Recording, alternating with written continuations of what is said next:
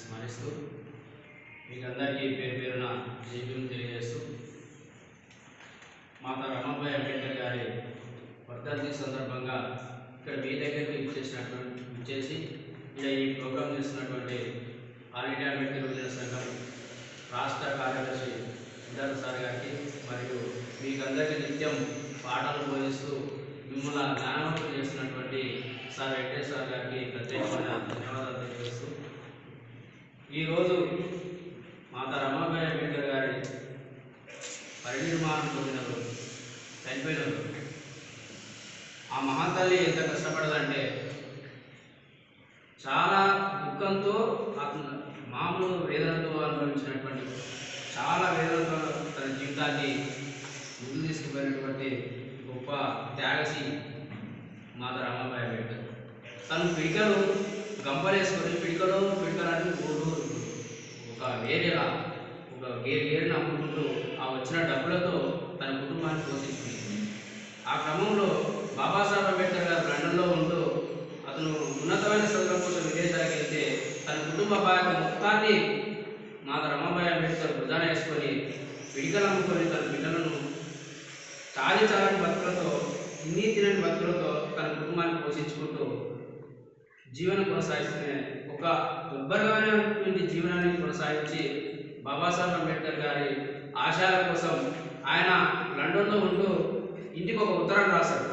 రమా, నాకు ఇక్కడ డబ్బులు చనిపోవడం లేదు, నీ దగ్గర ఏమైనా డబ్బులు ఉంటే పంపించు అని చెప్తే అతను రూపాయి కూడా పెట్టుకొని ఒక 500 రూపాయలు ఒక 7-8 నెలలు కష్టపడితే 500 రూపాయలు జమ అయింది. ఆ డబ్బును బాబాసాహెబ్ అంబేద్కర్ గారికి పంపిస్తూ రమాబాయి అంబేద్కర్ ఒక లెటర్ రాశారు.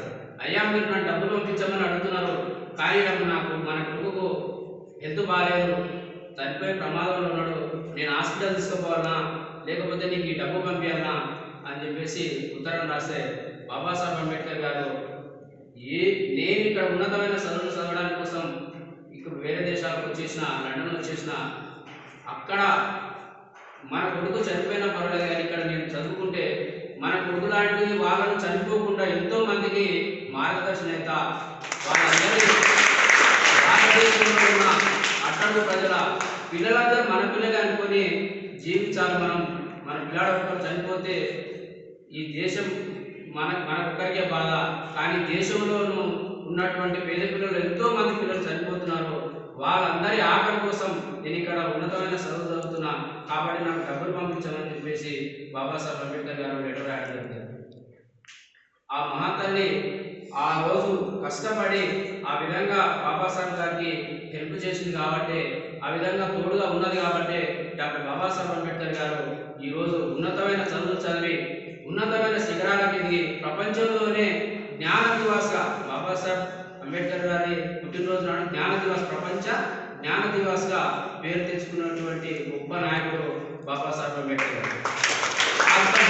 రావడానికి వెనకాల ఈ మహాతల్లి ఉంది కాబట్టి ఆయన అంత గొప్ప స్థానానికి వెళ్ళడం జరిగింది. ఒకరోజు బాబాసాహెబ్ తిరిగి ఇండియాకి వచ్చిన తర్వాత నన్ను ఒక గుడికి తీసుకోపోని చెప్పేసి రమాబాయి అంబేద్కర్ గారు తన భర్తను అంబేద్కర్ గారిని అడిగితే తను గుడికి వెళ్దామనిపోతే అక్కడ గుడిపేట ఉన్న మెట్ల మీదనే కొబ్బరికాయ కొట్టాలి, మీరు ఇంట్లోకి రాకూడదు అని చెప్పేసి అవమానపరిస్తే బోరును ఏడ్చుకుంటా ఇంటికి వచ్చింది రమాబాయి అంబేద్కర్ గారు. నేను అప్పుడు బాబాసాహెబ్ అంబేద్కర్ గారు రమాబాయి గారి గురించి నేను ముందే చెప్పినా మన గుడిలోకి రానియాలని చెప్తే నీవు చెప్తేనప్పుడు నేను తీసుకుపోయినావు, ఈరోజు ఏడుస్తున్నావు.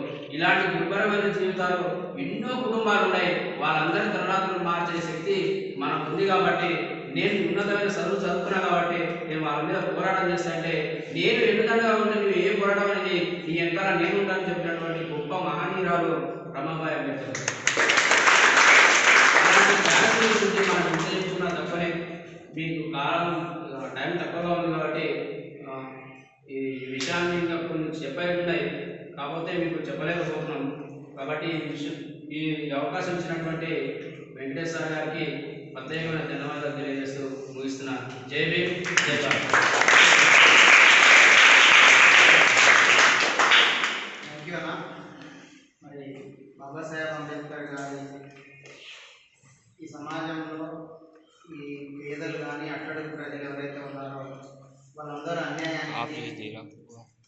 పీడనకు గురవుతున్నారు. వాళ్ళ రక్షణ కోసం సమతా సైనిక దళాన్ని ఏర్పాటు చేయడం జరిగింది. అందరినీ సమానంగా చూడడానికి, అందరినీ రక్షించడానికి సమతా సైనిక దళాన్ని ఏర్పాటు చేయడం జరిగింది. మరి అలాంటి సమతా సైనిక దళానికి రాష్ట్ర ఉపాధ్యక్షులుగా సేవలు అందిస్తున్నటువంటి రామన్న గారికి ఈ సందర్భంగా ప్రత్యేకంగా ధన్యవాదాలు తెలియజేసుకుంటూ, అన్నగారు కూడా మరి వారి జీవితంలో, బాబాసాహెబ్ అంబేద్కర్ గారి జీవితంలో జరిగినటువంటి కొన్ని సన్నివేశాలను మనం ముందుంచడం జరిగింది.